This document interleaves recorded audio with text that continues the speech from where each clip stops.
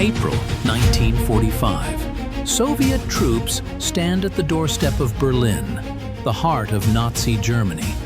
Behind them are thousands of kilometers of bloody battles. Ahead, the final push to the lair of the fascist beast. The war, which claimed millions of lives, is approaching its logical conclusion. The Red Army is preparing to strike a decisive blow at the capital of the Third Reich. After the successful completion of the Vistula-Oder operation, Soviet forces were 80 kilometers from Berlin. From the east, three powerful fronts approached the city. The first Belarusian under the command of Marshal Zhukov, the first Ukrainian of Marshal Konev, and the second Belarusian of Marshal Rokossovsky. 1.5 million soldiers and commanders, thousands of tanks, artillery pieces, and aircraft were concentrated for the largest operation of the concluding stage of the war. The Hitlerite leadership had turned Berlin into an impregnable fortress. Every street, every house was prepared for defense. The Germans created 3 defensive rings with reinforced concrete fortifications, anti-tank ditches, and minefields. On the approaches to the city rose the formidable Seelow Heights, a natural barrier reinforced with numerous firing points. By the beginning of spring 1945, the strategic situation on the Eastern Front had radically changed in favor of the Red Army. Soviet troops, having successfully completed the Vistula-Oder operation, reached the Oder River, finding themselves in close proximity to Berlin. The distance to the capital of the Third Reich was only 60 to 70 kilometers. Germany found itself in a critical situation, having lost most of its forces on the Eastern Front and practically all Allied states. Under these circumstances, the Stavka of the Supreme High Command began developing a plan for the Berlin operation. However, a serious rivalry with the Western Allies emerged. Winston Churchill insisted on the rapid advance of Anglo-American troops towards Berlin, so that they would be the first to enter the lair of Nazism. This had not only military, but also immense political significance. Whoever took Berlin would gain a decisive advantage in the post-war arrangement of Europe. Understanding this, on March 29th, Stalin summoned the front commanders Georgy Zhukov and Ivan Konev to Moscow. Each was ordered to submit their considerations for the plan to storm Berlin within 24 hours. An unspoken competition unfolded between the two renowned commanders. Who would be the first to enter the enemy's capital? The operation plan, approved on April 1st, envisioned the participation of 3 fronts. The first Belarusian, under the command of Zhukov, was to deliver the main blow from the bridgeheads on the Oder in the direction of Berlin. Konev's first Ukrainian front was to advance south, defeat the enemy grouping in the Cottbus area, and reach Berlin from the south. Rokossovsky's second Belarusian front was tasked with forcing the Oder in its lower reaches, defeating the Stettin grouping, and providing cover for the main forces from the north. The demarcation line between Zhukov's and Konev's fronts passed through the city of Lublin, 60 kilometers southeast of Berlin.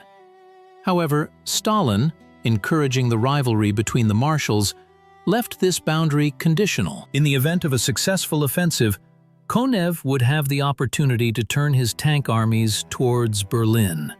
Preparations for the operation were carried out under the strictest secrecy. False troop concentrations were created to mislead the enemy. Movements were carried out only at night, and radio traffic was minimized. In total, the Soviet command concentrated 20 armies, including 5 tank armies, for the assault on Berlin.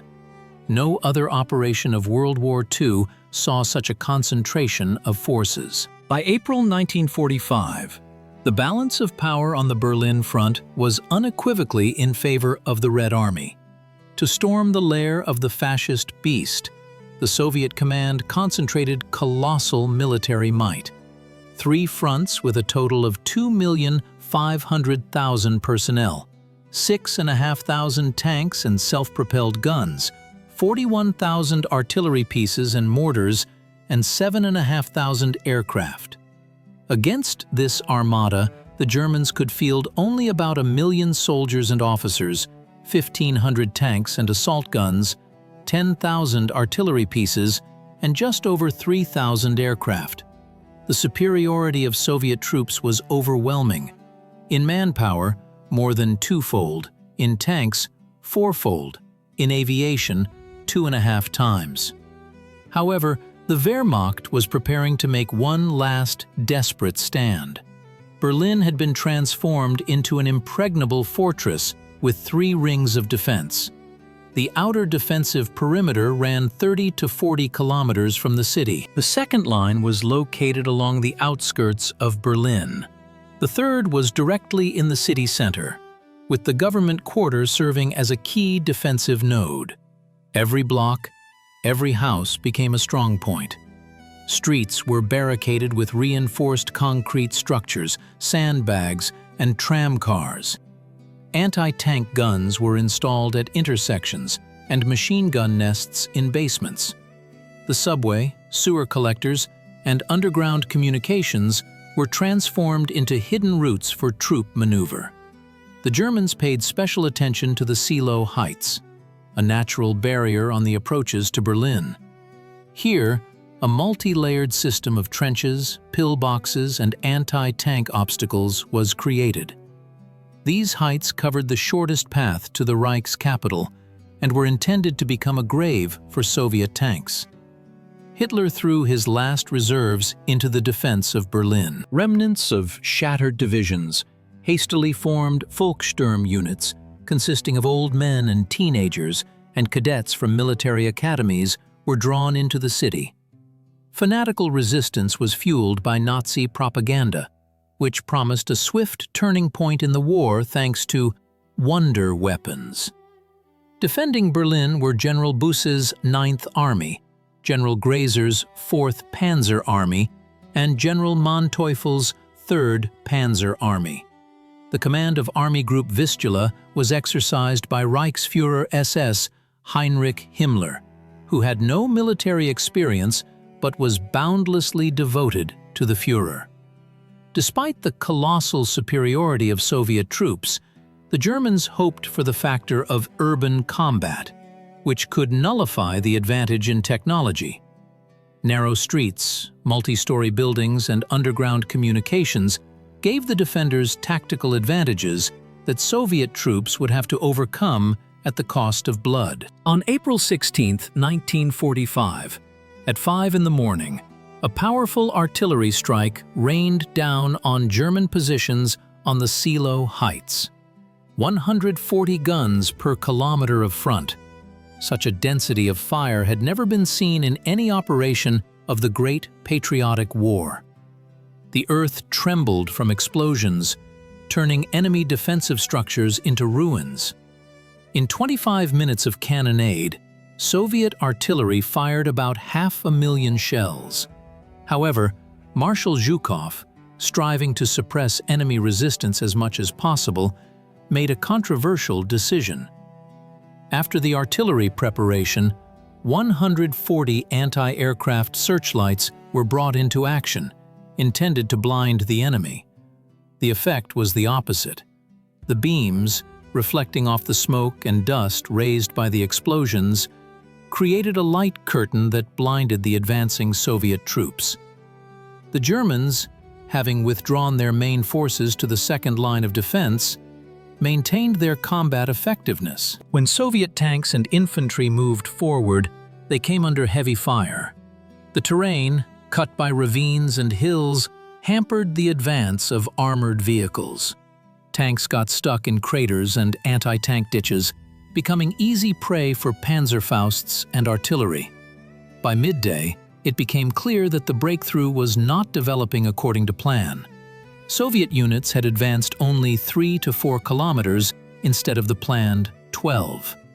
Marshal Zhukov decided to commit tank armies, which, according to the original plan, were supposed to enter the battle after the defense was breached.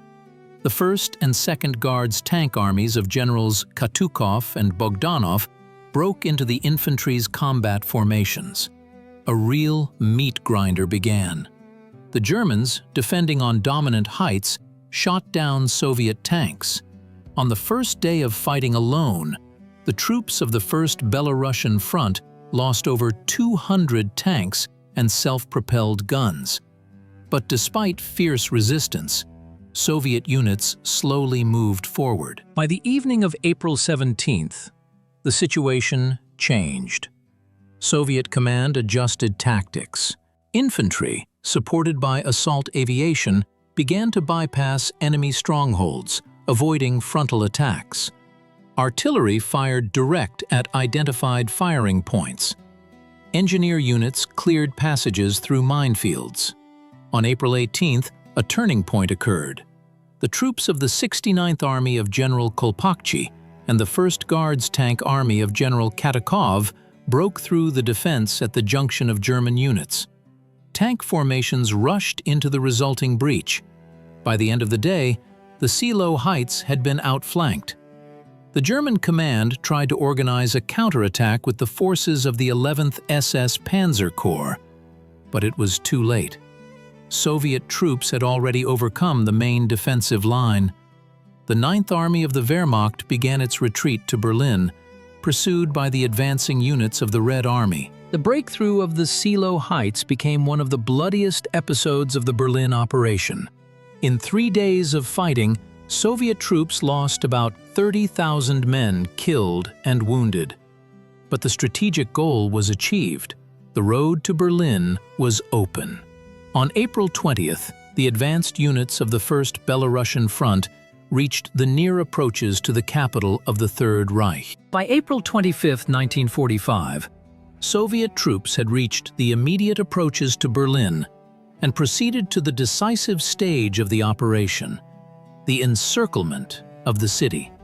Now it was necessary to create an impenetrable ring around the capital of the Third Reich, cutting off the garrison from the rest of the Wehrmacht forces.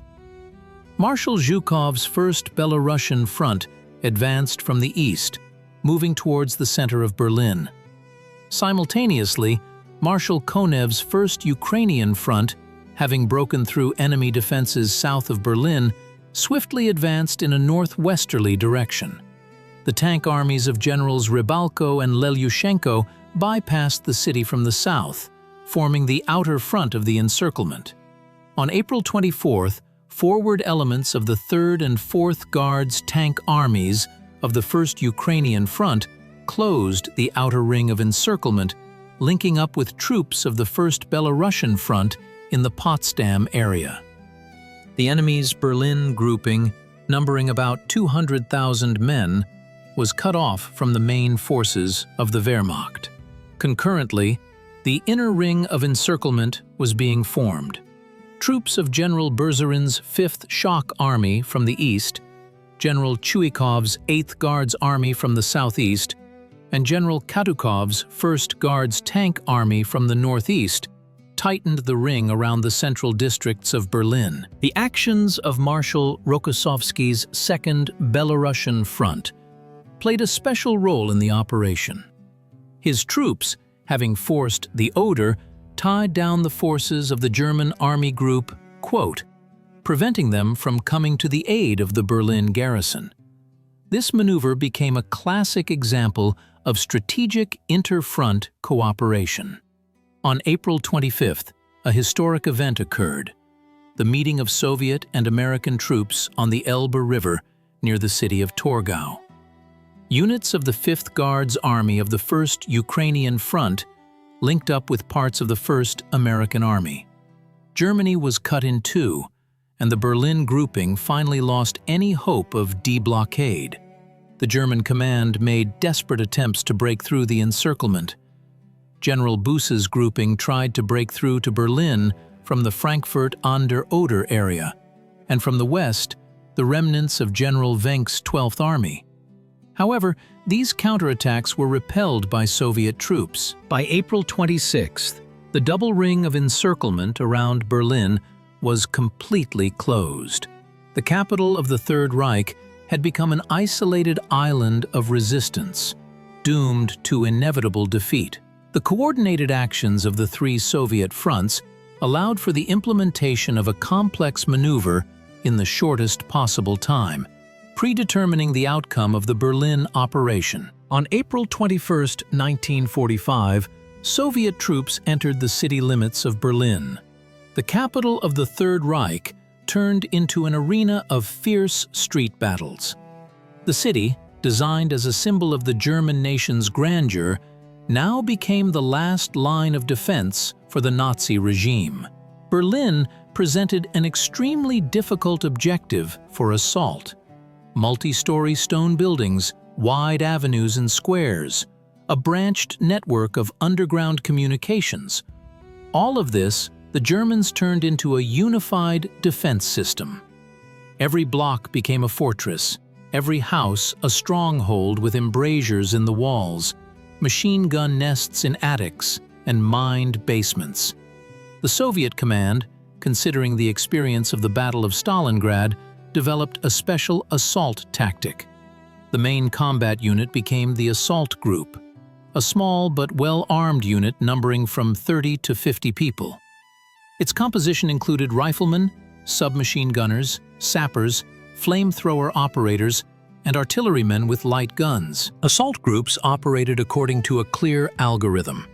First, artillery with direct fire destroyed the facades of buildings where enemy firing points were located. Then sappers made passages in barricades and cleared approaches of mines. Submachine gunners, under the cover of smoke screens, burst into buildings, and flamethrower operators burned out defenders hiding in basements. A peculiarity of the Berlin battles was the active use of breaches in walls. Soviet soldiers did not storm houses from the facade where machine guns awaited them, but broke through passages in the walls of neighboring buildings. Moving from house to house through these breaches, they caught the Germans by surprise, attacking from unexpected directions. Commanders of assault groups showed incredible ingenuity. Captain Nechayev, whose group later stormed the Reichstag, recalled, "We learned to fight not by numbers but by skill. Every soldier knew his maneuver. Some distracted the enemy with frontal fire, others made their way through courtyards and basements to strike from the rear." Fierce battles unfolded for the industrial areas of Berlin.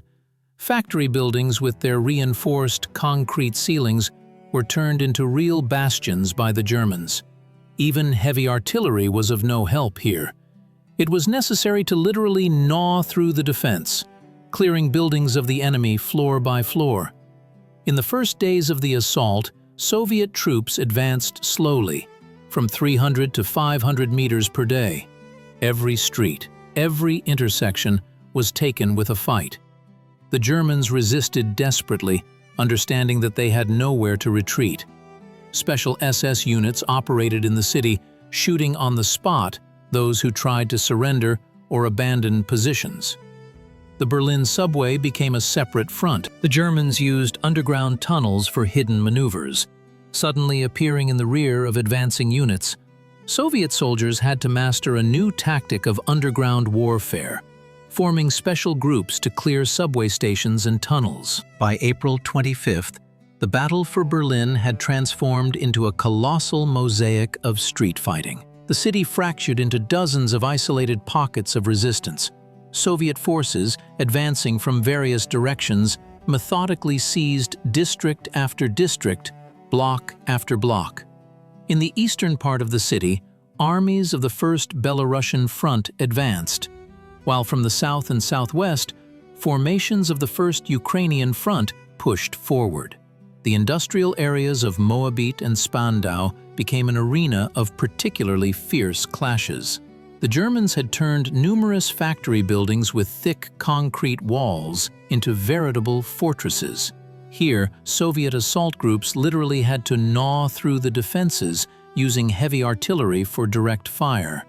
The 5th Shock Army of General Berzarin, advancing through the working-class districts of Lichtenberg and Friedrichshain, encountered fanatical resistance from Volkssturm detachments. These hastily formed units of old men and teenagers, aged 14 to 16, fought with the desperation of the doomed. The Hitlerjugend, the Nazi youth organization, deployed its units, armed with Panzerfausts, onto the city streets. Young fanatics, indoctrinated in Nazi ideology, set up ambushes in ruined buildings, knocking out Soviet tanks. The 8th Guards Army of General Chuikov, renowned for its defense of Stalingrad, now applied its accumulated experience in urban combat to the offensive. Its assault groups masterfully employed infiltration tactics, bypassing strongholds and attacking the enemy from the flanks and rear. Particular attention was paid to seizing strategically important objects of the city's infrastructure. Power stations, water towers, bridges. Control over them was crucial. Battles for each such object turned into a separate operation. On April 26th, fierce skirmishes erupted for Berlin's Tempelhof Airport. This vital transport hub was defended by elite SS units, supported by anti-aircraft artillery. Soviet assault groups, backed by IS-2 tanks and ISU-152 self-propelled guns, systematically dislodged the enemy from the airfield buildings. By the evening of the same day, the airport was completely cleared of the enemy. The capture of the Berlin radio station held symbolic significance. For years, Nazi propaganda had been broadcast from here to the entire world. On April 28th, after a short but fierce battle, the radio station fell into the hands of Soviet troops. Messages about the impending fall of the Third Reich immediately went on air.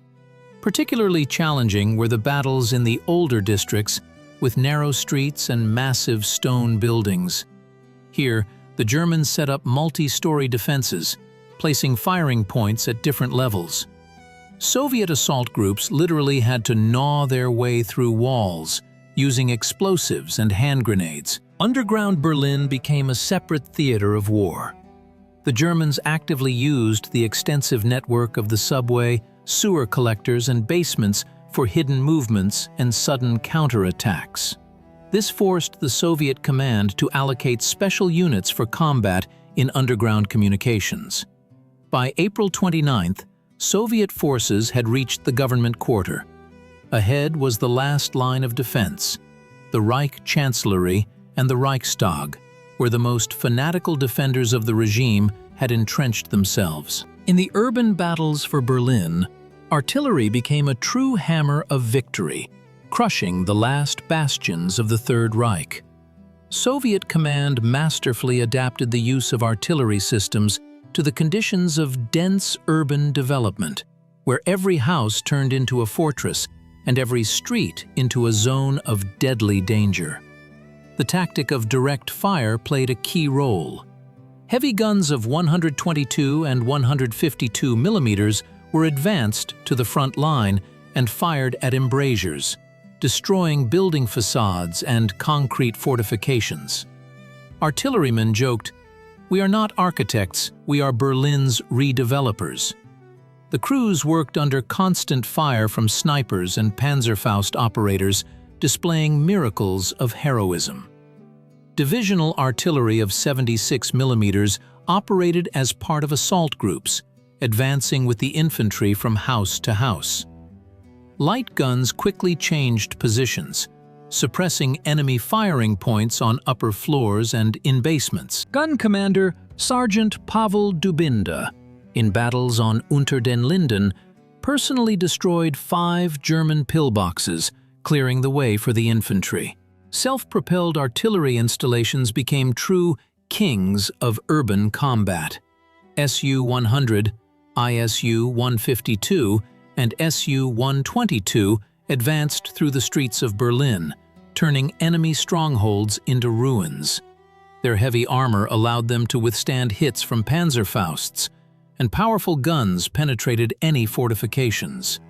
The crew of a self-propelled gun commanded by Senior Lieutenant Ivan Golikov destroyed 7 firing points and 2 anti-tank guns in one day of fighting in the Tiergarten area. Mortars became an indispensable weapon for engaging the enemy hidden on upper floors and roofs. The high trajectory allowed mortar shells to fall on the target from above, hitting areas that were inaccessible to direct cannon fire. The 82nd Guards Mortar Regiment, equipped with 120mm mortars, provided fire support to units assaulting the government quarter. Katyusha rocket launchers were used for massive saturation of entire blocks before an assault. A salvo from a Katyusha division turned several city blocks into a sea of fire and rubble, demoralizing the enemy. Katyushas proved particularly effective in suppressing fortified resistance nodes in the industrial areas of Moabit and Spandau. Anti-aircraft artillery, having lost its primary purpose due to the almost complete absence of German aviation, was retasked with engaging ground targets. Rapid-firing 37mm automatic cannons literally cut down enemy machine gun nests on the upper floors of buildings. A key factor in success was the close interaction of artillery with infantry. Artillery spotters were attached to each assault group, directing battery fire via radio. Infantrymen identified enemy firing points, and artillery immediately suppressed them. This interaction allowed for minimizing own losses and maximizing the effective use of firepower. A particular challenge was the supply of ammunition to artillery units in the conditions of a ruined city. Narrow streets, cluttered with debris, made it difficult to deliver shells. Often, ammunition boxes were delivered manually in a chain of dozens of soldiers. In a day of fighting, an artillery brigade could expend up to 2 or 3 ammunition loads, thousands of shells that had to be delivered to firing positions. In the final days of the assault on Berlin, artillery played a decisive role in suppressing the last pockets of resistance around the Reichstag and the Imperial Chancellery.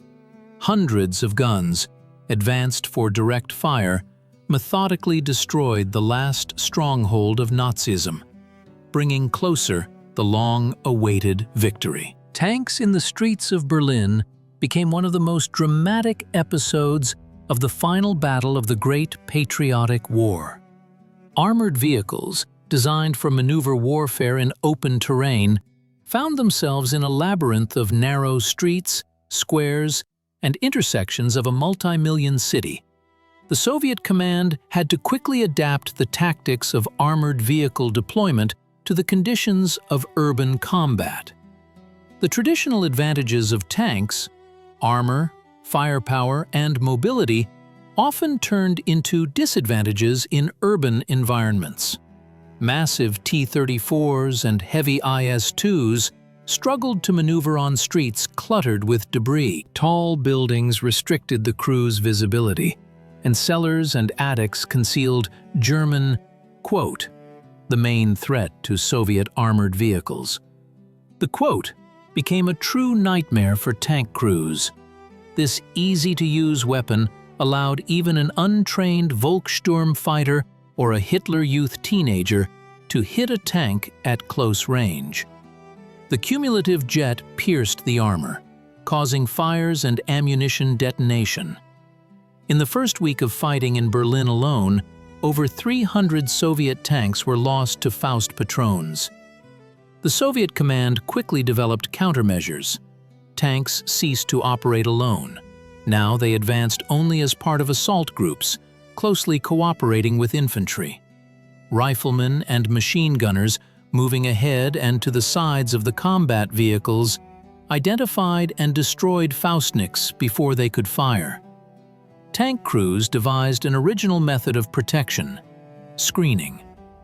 Metal sheets, nets, and even spring mattresses were hung on the sides of the vehicles, creating an air gap that reduced the effectiveness of the Faust patron's cumulative jet.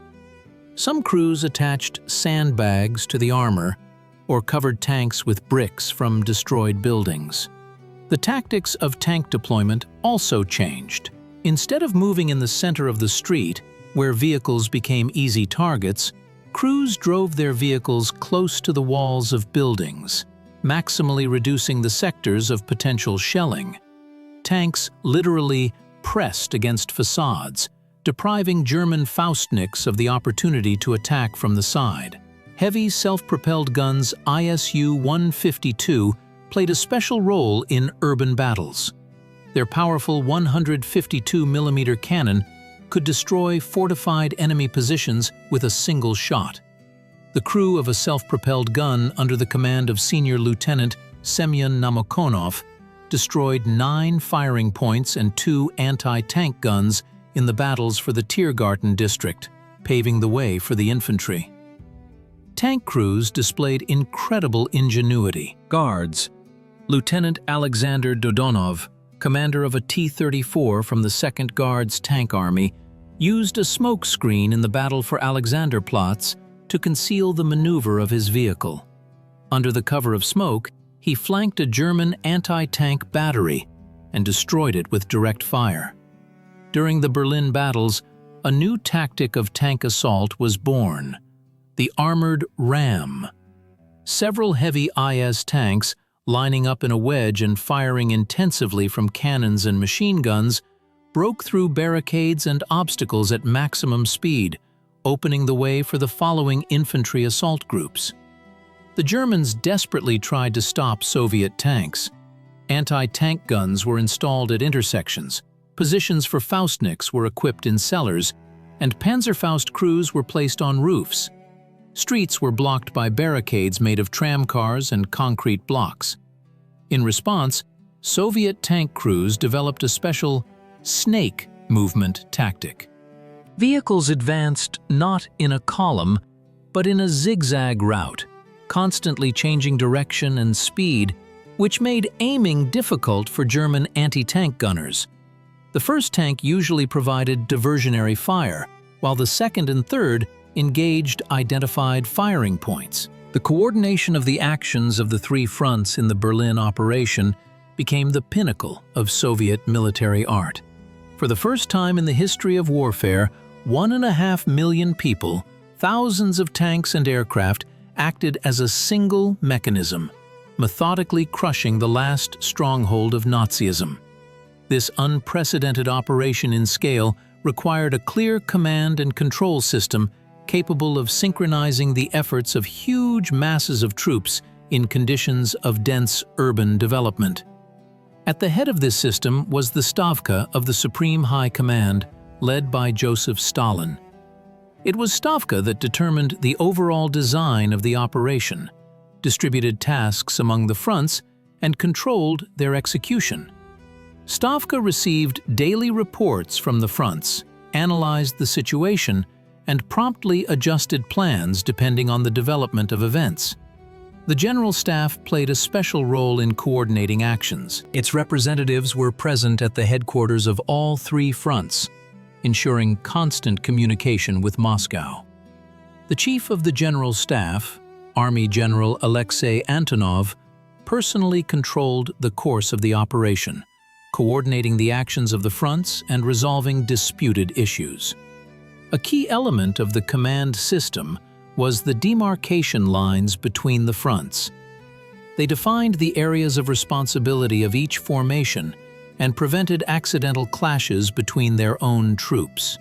However, Stalin intentionally left the demarcation line between the 1st Belarusian and 1st Ukrainian fronts in the Berlin area conditional, creating a peculiar competition between Marshals Zhukov and Konev.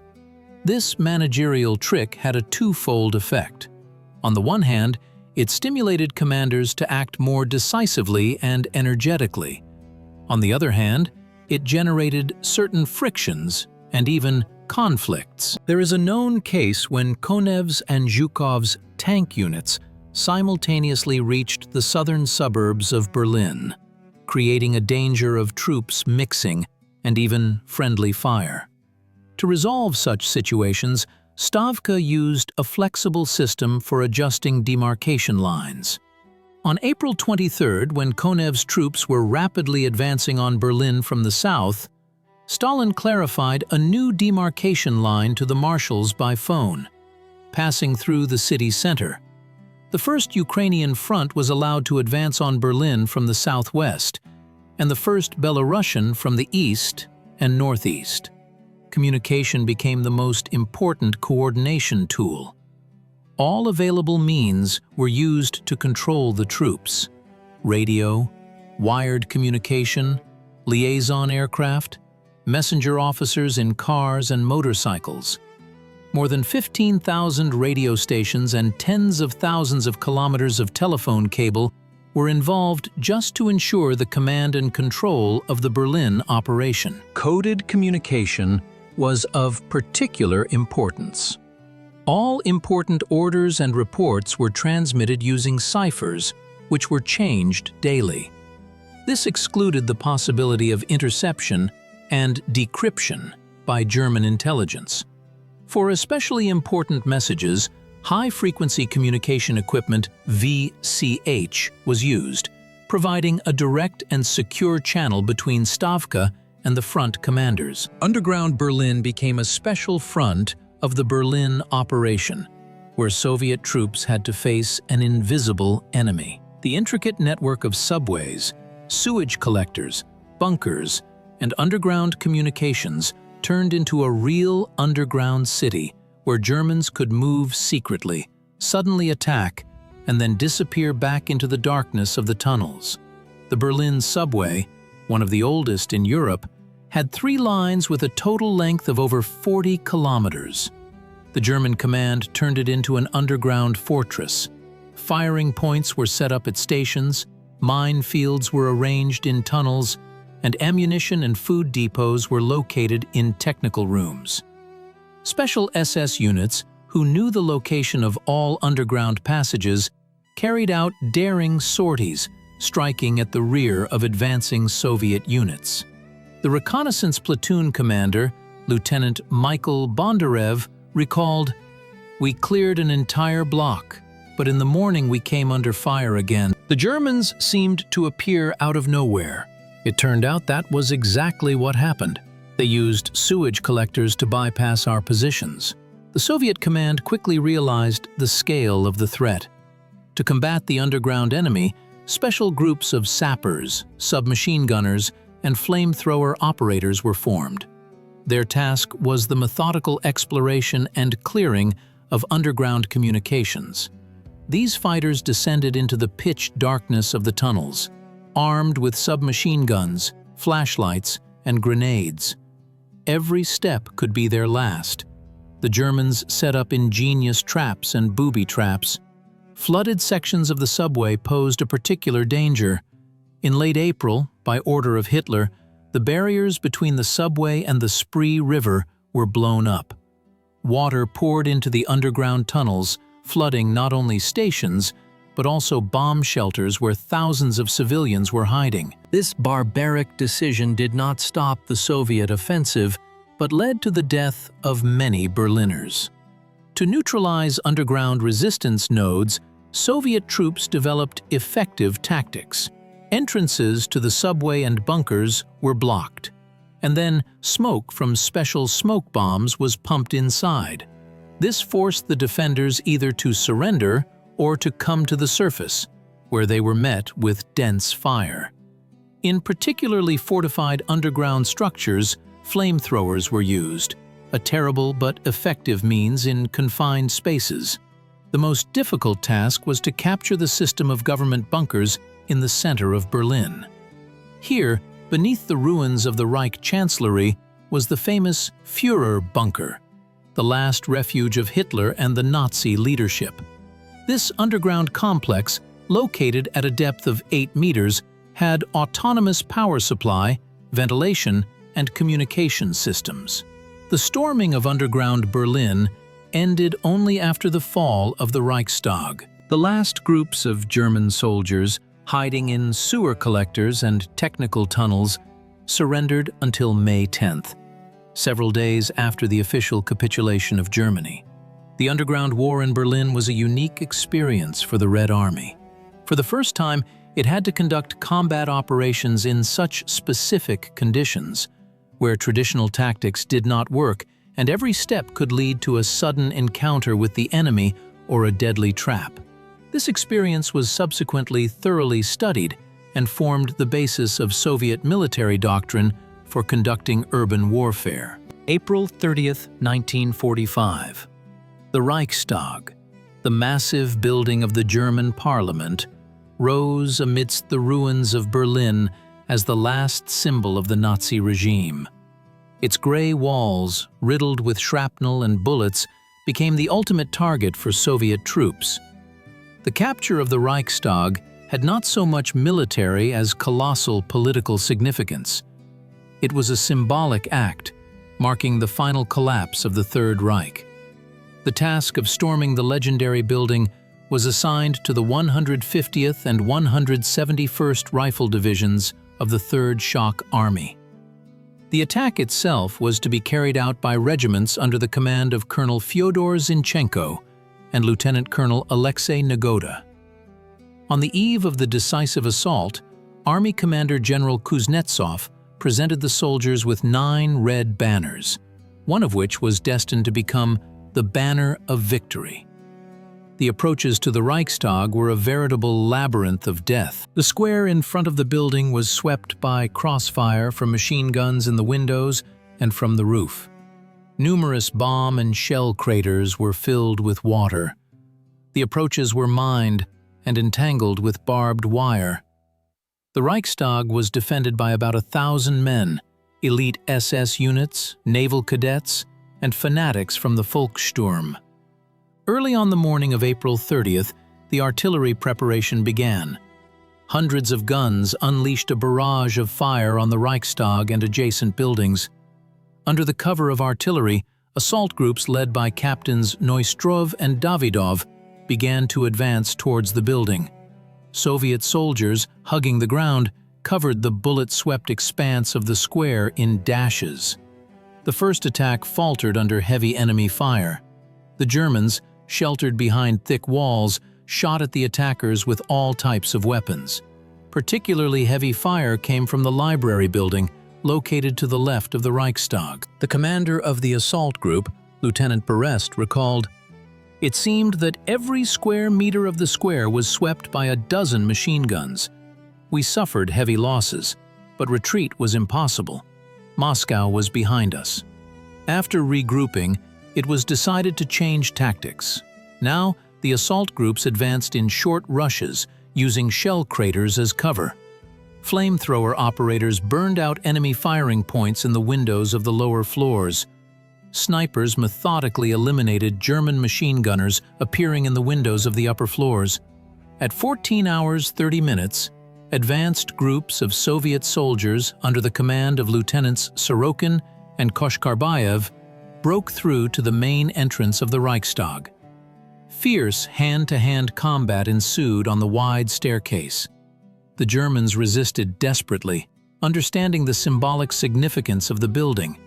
Every column, every flight of stairs was taken with a fight. By 18 hours, the main forces of the assault groups had burst into the building. The battle moved into the long corridors and spacious halls of the former parliament. The Germans had turned the interior into a true labyrinth of death. Barricades of furniture, disguised firing points, mine traps. Every hall, every office had to be taken by storm. At 22 hours, Sergeant Mikhail Igorov and Junior Sergeant Melaton Kantaria, accompanied by Lieutenant Alexei Berest, made their way to the roof of the building and hoisted the red banner over the dome of the Reichstag. This moment became the culmination not only of the Berlin operation, but of the entire Great Patriotic War. The banner, fluttering over the defeated lair of fascism, became a symbol of victory, achieved at the cost of incredible efforts and millions of lives. However, the battles for the Reichstag continued. The German garrison, entrenched in the basement rooms, refused to surrender. Throughout the night and the following day, fierce clashes continued. Only by the evening of May 1st did the last defenders of the Reichstag lay down their arms. The storming of the Reichstag became the final chord of the Battle of Berlin. It was not just a military operation. It was the completion of the crusade against Nazism, begun in June of '41. The red banner over the Reichstag symbolized not only military victory, but also the triumph of justice over evil, of light over darkness. On April 30th, 1945, the underground bunker of the Reich Chancellery witnessed the final hours of the Third Reich.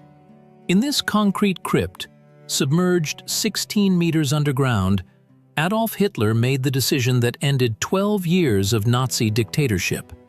Surrounded by his closest associates, the Führer dictated his political testament, in which he blamed international Jewry and traitors from the high military command for Germany's defeat. Then, after hearing a report that Soviet troops were only a few hundred meters from the Reich Chancellery, Hitler and his newlywed wife, Eva Braun, retired to their private quarters. There they took poison, and for good measure, the Führer also shot himself in the temple. The bodies were carried into the garden of the Reich Chancellery, doused with gasoline, and burned, as Hitler himself had demanded, fearing that his remains would become a trophy for the victors. News of the Führer's suicide was not announced to the German people. Instead, propaganda minister Joseph Goebbels, who became Reich Chancellor according to Hitler's will, attempted to begin negotiations with the Soviet command. On May 1st, he sent General Krebs to the commander of the 8th Guards Army, General Chuikov, with a proposal for a temporary ceasefire. Krebs reported Hitler's death and expressed hope for negotiations between the new German government and the USSR. However, the Soviet command demanded only unconditional surrender, which Goebbels rejected. Upon receiving the refusal, Goebbels decided to follow his Führer. Together with his wife Magda, they poisoned their 6 children and then committed suicide in the garden of the Reich Chancellery. Power in the bunker passed to Reichsleiter Martin Bormann, who attempted to break out of the encircled center of Berlin. His fate remained unknown for a long time until Bormann's remains were identified in the 1980s. He died attempting to break through. Meanwhile, a new government was forming in the city of Flensburg in northern Germany. According to Hitler's will, Grand Admiral Karl Dönitz was appointed Reich president. Dönitz formed a cabinet of ministers and attempted to conduct separate negotiations with the Western Allies, hoping for a split in the anti-Hitler coalition.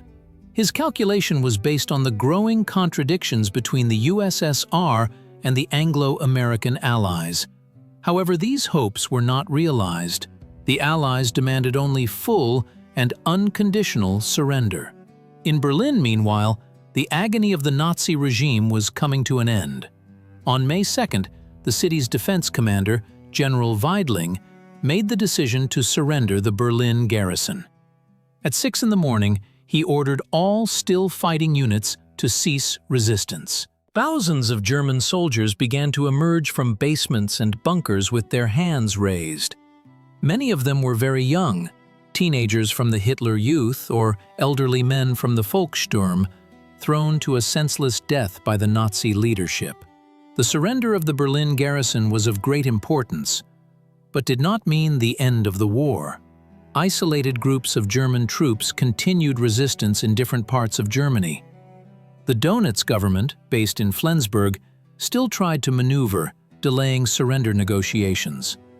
Only on May 7th in Reims and May 8th in Berlin-Karlshorst were the acts of unconditional surrender of Germany signed. The fall of Berlin and the suicide of the Nazi elite symbolized the complete collapse of an ideology that promised a 1,000-year dominion. The Third Reich, which lasted 12 years and 3 months, ended its existence in an underground bunker amidst the roar of Soviet shells. Hitler, who dreamed of world domination, was forced to commit suicide, and his body was consigned to flames. The empire that was supposed to last 1,000 years collapsed in a matter of days under the blows of the armies of the anti-Hitler coalition. The cost of victory in the Berlin operation was colossal. Over 2 weeks of fierce fighting, Soviet forces lost more than 300,000 killed, wounded, and missing. Each day of the assault claimed the lives of 10 to 12,000 Red Army soldiers. Losses were particularly heavy during the breakthrough of the Seelow Heights and in street battles for the central districts of Berlin. Equipment losses were also significant. About 2,000 tanks and self-propelled guns, 700 aircraft, thousands of artillery pieces. Many vehicles fell victim to Faustniks, teenagers from the Hitler Youth and elderly men from the Volkssturm, armed with anti-tank grenade launchers. German losses proved even more catastrophic. The Wehrmacht and SS lost about 150,000 killed, and approximately 220,000 were wounded. Nearly 480,000 soldiers and officers were taken prisoner. The 9th and 4th Panzer Armies, which defended the approaches to Berlin, were almost completely annihilated. The fate of Berlin's civilian population was particularly tragic. Of the 3.5 million pre-war residents, about 2 million remained in the city at the start of the assault. Most of them sheltered in basements and bomb shelters, suffering from a lack of water, food, and medicine. According to various estimates, between 30 and 125,000 peaceful Berliners died during the assault, from bombings, artillery shelling, and in the course of street fighting. The Soviet command attempted to minimize civilian casualties. The Military Council of the First Belarusian Front issued a strict order to the troops. As early as May 2nd, immediately after the capitulation of the Berlin garrison, Soviet military commandants began to restore the city's infrastructure. Electricity and water supply were rapidly established. Bakeries and hospitals began to operate. Large-scale sanitary treatment of the city was carried out to combat the threat of epidemics. Historians still debate the advisability of the assault on Berlin. Some Western researchers argue that from a military point of view, it was unnecessary. Germany was already defeated, and the losses were unjustifiably high. However, most military experts agree that the capture of Berlin had decisive political significance. The assault on the capital of the Third Reich was not just a military operation, but a symbolic act of retribution for all the crimes of Nazism. The red banner over the Reichstag put an end to the bloodiest war in human history. Furthermore, control over Berlin gave the Soviet Union important leverage in the post-war arrangement of Europe, as confirmed by the Potsdam Conference in the summer of '45. The price of victory was terrible, but there was no alternative to the assault. Berlin had to fall under the blows of the army that bore the brunt of the fight against Nazism. This was a demand of historical justice. The Berlin operation went down in history not merely as the concluding battle of the Great Patriotic War, but as an event that altered the course of world history for decades to come. The capture of Berlin by Soviet forces held colossal significance across three dimensions: military, political, and historical. Militarily, the Berlin operation represented the pinnacle of Soviet military art. For the first time in the history of warfare, such a massive offensive operation was conducted in a multi-million-person city. The coordination of three fronts, comprising 1.5 million personnel, thousands of tanks and aircraft, demanded an unprecedented level of troop command. The experience of street fighting in Berlin formed the basis of Soviet military doctrine for urban combat and is still studied in military academies worldwide. Of particular value is the experience of employing tanks in urban environments. The tactics of interaction between armored vehicles and infantry, developed during the Berlin battles, became a classic of military art. Soviet tank crews learned to effectively counter Faustpatron operators, adapting their machines to the conditions of narrow streets and dense urban development.